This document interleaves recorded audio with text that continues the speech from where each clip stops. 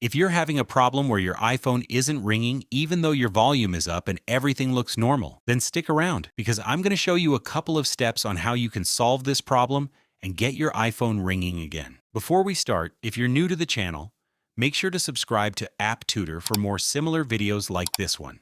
The first solution is to open the settings on our iPhone, then activate the airplane mode toggle for a couple of seconds and turn it back off. This will reconnect us to our carrier. And maybe our phone wasn't ringing because the connection to our network was weak, and enabling airplane mode for a couple of seconds will fix that.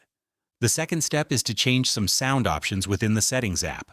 So let's open the Settings page real quickly and then locate the Sounds and Haptics right here. You can see that the silent mode is enabled on my iPhone, so let's first disable this switch if we want our iPhone to ring. If this mode is enabled, then it says that our phone will not play ringtones or alerts. So silent mode is turned off, and the next step is to increase this slider to the maximum by dragging it all the way to the right.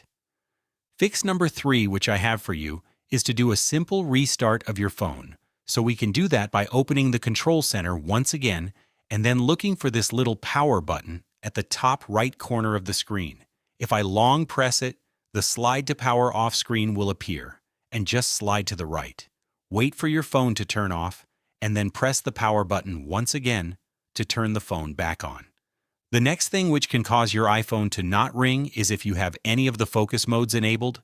Maybe it's for work, your personal focus modes, or the Do Not Disturb. So just open the control center once again, and then check if this little button is enabled. If it is, this will block your calls and other alerts and cause your phone not to ring, so you will have to turn this off in order to solve your problem. And that's pretty much it. Try these steps one by one, and your iPhone should start ringing normally again.